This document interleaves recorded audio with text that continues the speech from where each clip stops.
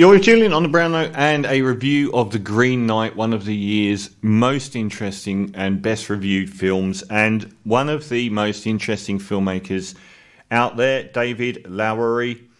Now, I feel ashamed that I haven't watched all his films, but they certainly are interesting. Ain't Nobody Saints, I'm pretty sure I did see, and I can't quite remember.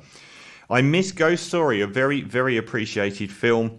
And The Old Man and the Gun I have to watch as well. It was the last film, I think. Was it Robert Redford's last film? I can't believe I've not watched these films.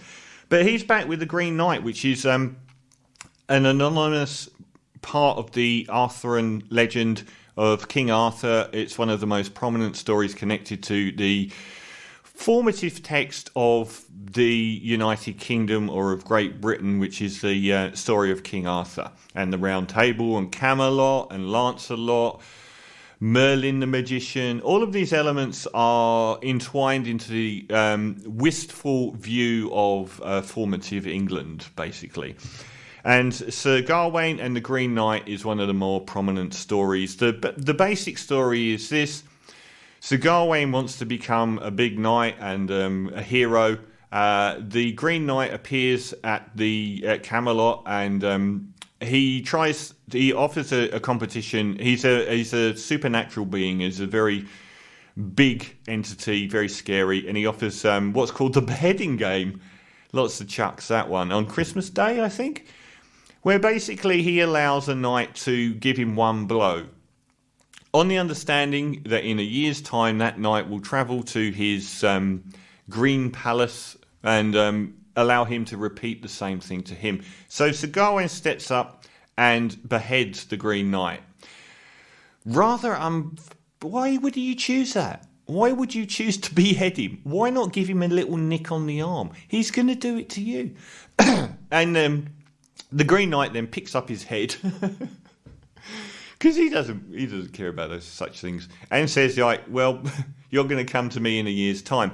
And what follows, it is a really good story because it foments around the notion of valor and cowardice and bravery in a really good way. And basically, in a year's time, a terrified Sir Gawain has to travel to the Green Knight to get his comeuppance. And fatalism and all of these things, and about how you make decisions that are really stupid. How you're, in a gothic sense, how your present is defined by your past actions and so on. And he does indeed. In the original story, the most important element is the seduction or attempt, when he virtually gets to the Green Knight's palace on approaching Christmas Day, he comes across a lord and lady in this castle.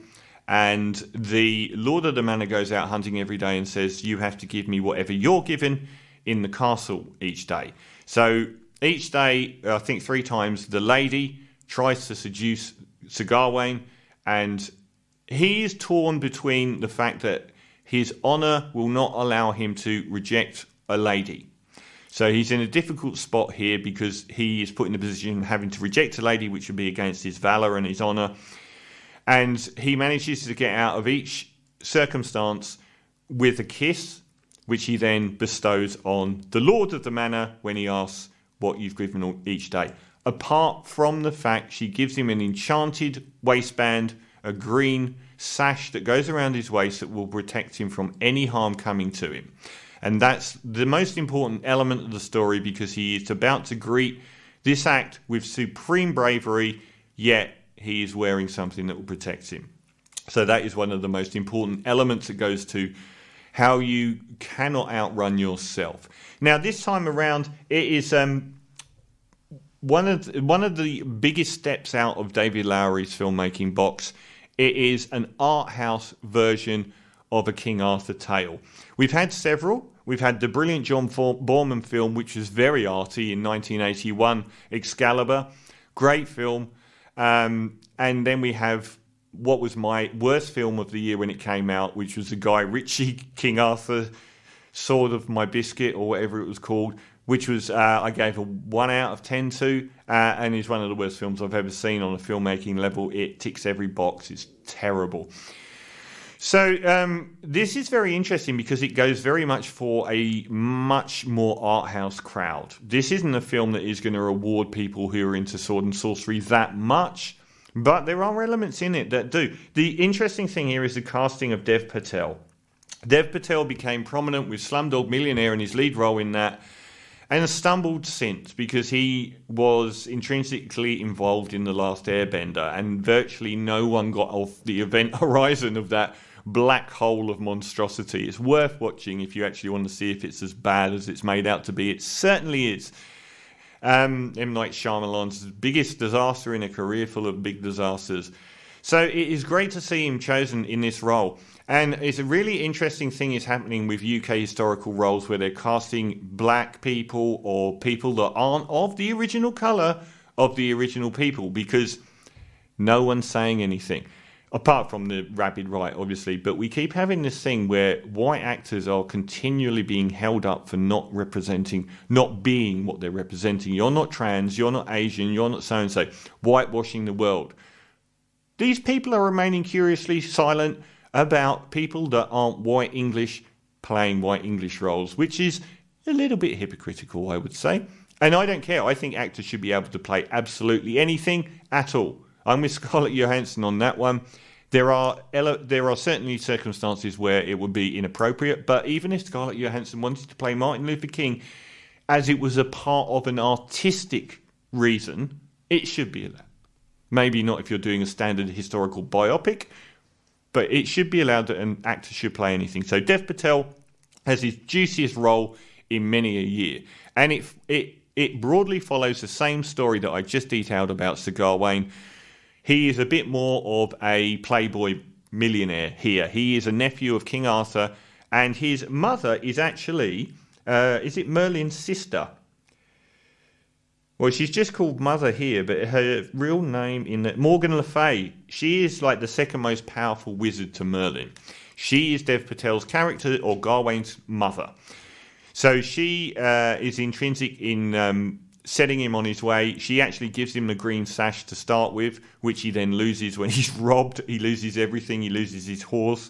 He loses his sword, his helmet, his armour. And it's a rum journey for him.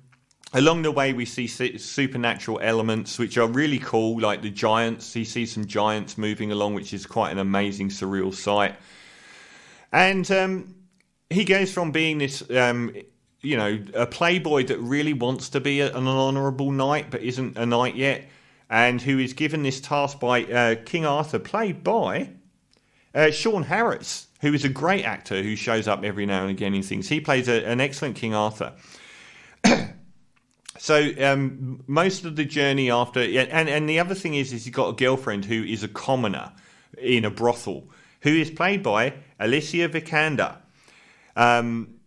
She actually turns up in a dual role here. So she plays and it's great to see Alicia Vikander actually get this really meaty dual role. It's the best thing I've seen her in forever. She's so beautiful, it's painful, but she keeps getting in some slightly duff roles, the Tomb Raider thing.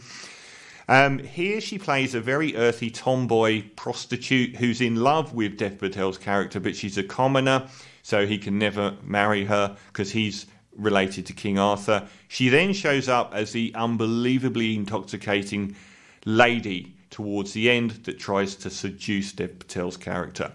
There is an awful lot to love about this film. The cinematography is often dazzling. It's beautiful to look at, and there is some really strong imagery going on here.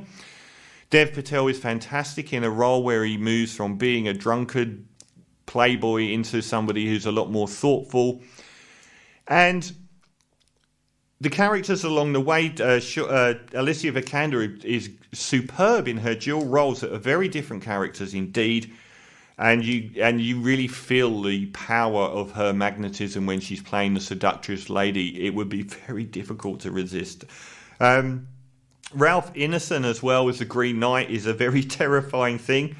A lot of these people have shown up in the more art house English fare of the last decade, and he's chosen his cast brilliantly here. And who's the other one that's really interesting? Oh, I can't remember now. And there are some very interesting surreal things along the way. He meets up with a saint who resisted the advances of a knight and lost her head in this really ghostly sequence. He's followed by this excellent fox. Now, occasionally it's a bit too dull in the progression of the story. These are slight things. The only major thing I have, a lot of people have decried it deviating from the source material. This is a plus and a minus. You should be able to deviate from the source material, and the two examples are the two most important elements.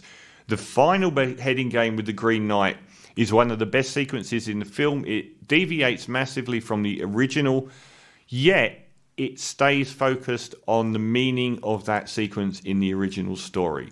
And it keeps the focus on the green sash and what that means to Sir Gawain. It never loses sight of that. It's a brilliant job, even though it ends very flippantly and quite funny. It makes the main point of the story, the green sash and bravery and cowardice and everything else. It doesn't lose sight of it. Where it gets it really wrong is the other main point in the story, the seduction scene. In the original, she is... I won't spoil it, but basically it upends what happens. It reverses what happens, and that loses a large part of what the story means throughout that sequence. It is not something that ruins the whole story, but is a big element of the original story, and they don't do it justice. They actually come up with a different answer to virtually every question, and I thought that was a letdown. But overall, this is undoubtedly one of the year's most... It's imaginative, it's strong across the production, design of sound. Who did the music? Daniel Hart? Do I know Daniel Hart? An American composer. Worked with St. Vincent Swans. So, A Broken Social Scene. Polyphonic Spree. So, his music was excellent. The soundstage and sound effects were excellent. The editing... And the cinematography of this landscape in Ireland, stunning. It is absolutely breathtaking. These mordant hills and fog and these vast open landscapes, which are quite ominous as well. And the whole nighttime sequence with the poor beheaded ghost, I thought was excellent. I thought it was really, really good. So only some minor quibbles here and there with the source material and the fact that it does drag a little bit. But overall, it is undoubtedly one of the films of the year. It will definitely be in my top 10 films of the year. So I'm going to give The Green Knight an 8.5 out of 10.